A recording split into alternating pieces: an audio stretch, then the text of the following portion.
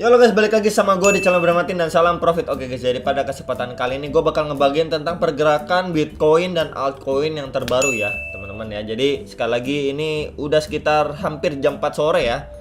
Gue baru selesai banget ngurusin soal tabung oksigen dan lain sebagainya lah buat keluarga gue. Jadi mohon maaf sekali buat yang nanya, yang DM di Instagram, bang kenapa belum update video gimana Bitcoin dan lain sebagainya. Jadi gue sekali lagi minta maaf ya. Oke, jadi Bitcoin sekarang ya mengalami kenaikan sedikit 2%-an. Jadi altcoin cenderung mengalami kenaikan juga. Terus banyak yang nanya ke saya pribadi, kenapa altcoinnya nggak sekenceng kemarin-kemarin naiknya? Oke, jadi pertama kita bakal bahas untuk Bitcoin dulu, terus untuk pergerakan altcoin dan beberapa rekomendasi koin saya yang kemarin udah saya bagiin sekitar 2 hari yang lalu. Oke guys ya, jadi kita lihat dulu untuk pergerakannya dari si Bitcoin. Nah ya teman-teman, ini kita lihat dari time frame 4 jam di TradingView ya. Kita bisa lihat pertama-tama itu kita perhatikan dulu untuk dari MACD-nya ya. Dia sudah golden cross seperti yang saya info kemarin ya. Dia sudah golden cross. Memang indikasi untuk membentuk lembah atau bar berwarna hijau nih ya. Sudah muncul nih teman-teman ya tuh. Jadi memang indikasinya dia mengalami kenaikan. Nah ini sudah di tengah-tengah nah, ya berwarna hijau tua. Dan Anda indikasi untuk dia mengalami nanti bakal muncul berwarna hijau muda nih ya. Jadi cenderung nanti dia akan mengalami seperti koreksi gitulah ya. Koreksi dan kembali dead cross lagi untuk membentuk seperti bar berwarna merah. Ini kita bisa lihat ya. Ini dari hijau tua ke muda, terus akhirnya merah muncul, hijau muncul. Nah seperti itu terus ya. Jadi memang kita bisa lihat juga dari indikasi atau indikator MACD ya untuk membaca pergerakan ya. Jadi sekali lagi benar banget, Denny sudah mantul dari supportnya kemarin tuh di sekitar 32.200-an dolar ya. Mantul naik sampai tadi tertinggi itu 34.200-an dolar. Nah ini nggak mampu nembus lebih tinggi lagi, nggak mampu terbang lebih tinggi lagi, dia bisa mengalami koreksi kembali untuk si Bitcoinnya. Nah terus kemarin maksudnya tadi banyak yang nanya, bang kemarin itu waktu Bitcoin naik kan altcoin lebih cenderung terbangnya lebih kencang, kok sekarang lebih nggak terlalu kencang. Oke, sekarang kita cek ini teman-teman ya. Kita udah lihat pergerakan Bitcoinnya, dia tadi memang udah naik secara perlahan, tapi kenapa altcoin naiknya itu benar-benar sedikit. Kita cek untuk Bitcoin dominance-nya. Nah, di sini Bitcoin dominance ini juga naik. Ya, kemarin-kemarin itu memang Bitcoin dominance itu cenderung mengalami penurunan. Makanya Bitcoin naik, terus kemudian Bitcoin dominance-nya itu agak turun sedikit. Nah, di situ ada celah untuk yang namanya altcoin bisa terbang lebih tinggi. Ya, karena kenapa? Kita tahu juga untuk Bitcoin dominance itu adalah seperti gambarannya itu flow keuangan orang-orang itu di Bitcoin seperti apa. Misalkan kalau mengalami penurunan dari Bitcoin dominance-nya, berarti orang-orang lebih cenderung flow keuangannya itu dipindahin ke altcoin atau trading altcoin dibandingin Bitcoin. Makanya kenapa Bitcoin dominance-nya turun.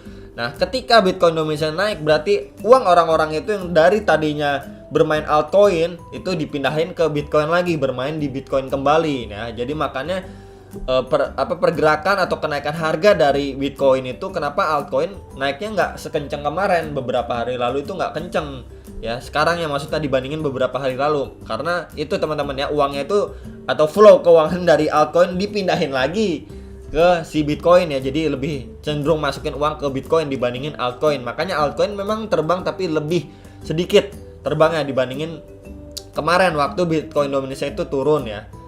Jadi ini Bitcoin dominance ini cenderung naik ya dari pola seperti ascending channel ini ya teman-teman ya.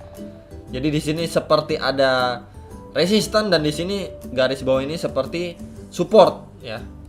Jadi ada bawah atas gini seperti ini ya, cenderung mengalami posisi naik ini ya, uptrend gitu ya untuk si Bitcoin dominance-nya. Sekarang dia lagi OTW naik nih. Dan kita bisa lihat juga MACD-nya itu kemarin sudah bawah sekali ya, dan menyentuh atau sekitar dari support ascending channel ini. Nah dia berwarna bar, muncul warna hijau juga. Dia lagi tinggi banget ini, bisa kemana perkiraannya ya, sekitaran ini teman-teman ya, area 47 sampai area 48 untuk si Bitcoin dominance-nya. Ya jadi memang altcoin naik ya, naik tapi lebih sedikit. Tapi nggak menutup kemungkinan beberapa altcoin itu bisa naik cukup lumayan ya. Cuman mostly atau kebanyakan altcoin terbangnya itu nggak nggak signifikan. Nah gitu ya guys ya. Jadi jangan salah kaprah, selalu cek Bitcoinnya seperti apa pergerakannya, kemudian Bitcoin dominasi seperti apa ya. Next juga kita lihat untuk dari Indodax ya, Bitcoin pakai time frame 4 jamnya.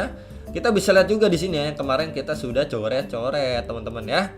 Nah, posisi Bitcoin sekarang itu lagi berada nih di resist yang terbentuk dari pola falling wedge ya. Ini ya, mungkin saya warnain warna biru biar lebih tegas lagi. Nah, ya bawahnya juga saya warnain warna biru biar lebih tegas lagi. Oke. Ya, teman-teman, jadi memang di sini dia mencoba untuk breakout, apakah kuat atau tidak ya. Dari sini dari stochastic RSI-nya time frame 4 jam juga mengarah ke atas ya, teman-teman. Jadi orang emang kemarin itu sudah masuk area oversold dan golden cross. Jadi memang orang cenderung membeli ya. Udah oversold, orang udah jenuh jual, cenderung bakalan balik beli gitu ya. Nah, ini kuat atau tidak ya teman-teman untuk si Bitcoinnya. Tapi kalau misalkan kita lihat time frame yang lebih besar, yaitu 1 hari, dia bisa mengalami penurunan kembali ya. Kemungkinan besar sih, kemungkinan ini kemungkinan aja ya, kemungkinannya itu nggak kuat. Ini hanya kemungkinan loh teman-teman ya. Tapi ya tetap aja kita berharap untuk dia bisa breakout ya kan. Harapannya pasti gitulah, breakout gitu ya. Dan breakoutnya pun nggak false kayak gini ya. Dia sudah breakout ya, terus kemudian dia retest kembali ya. Ini kan resisten dari pola falling wedge. Dia udah breakout nih. Memang biasanya setelah breakout dia bakalan retest kembali support mana, yaitu adalah support pola falling wedge ini. Ya, memang di sini ada support juga nih teman-teman ya. Di sekitaran ini ada support di sekitar 563 juta itu memang ada support sekitaran itu, sekitar 557 juta itu emang ada support di daerah sekitaran situ ya. Di beberapa kali di sini bermain ya di area-area situ, dan karena tidak kuat lagi ya, makanya dia bisa soar ke bawah lagi. Ini di sini pullback bahkan ya, pullback sampai ngelewatin dari pola falling wedge, akhirnya naik kembali ya. Naik terus pullback lagi, naik lagi, dan di sini beberapa kali nggak kuat untuk mencoba breakout ya teman-teman ya. Jadi kalau misalkan nggak kuat, indikasi kemana? Indikasi ke bawah dari support yang terbentuk dari pola falling wedge. Tapi sebelum itu ada beberapa support penting yang harus kita perhatikan, yaitu pertama ya di area sekitar 476 jutaan sekitaran itu. Ya, beberapa kali dia mengalami pemantulan pullback.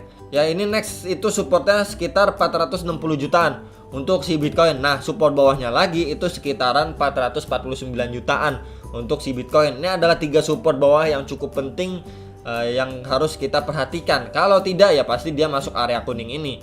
Ini riskan banget untuk bisa hit area support bawah dari pola falling wedge ya, sekitaran 420 jutaan. Ya, itu cukup bukanlah hal yang kita tunggu-tunggu ya teman-teman pastinya. Apalagi nanti menjelang dari GBTC Grayscale yang unlock, bisa nggak? Ya bisa-bisa aja. Kemarin sudah kita bahas ya, karena memang biasanya untuk menjelang atau deket-deket lah, atau pas hari hanya GBTC unlock, memang market itu mengalami mulai dari koreksi kecil sampai crash parah. Kemarin kita udah alamin dan kita bahas di video kemarin ya, bisa dicek video kemarin ya teman-teman.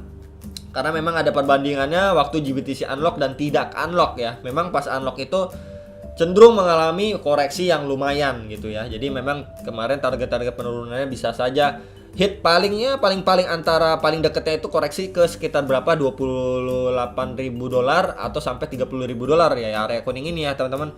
Sekitaran 420 jutaan sampai 450 juta itu koreksi terdalam terdekat. Ya, next lagi itu area sekitar 25 sampai $26.000 atau crash paling parahnya itu sekitar $20.000 ya.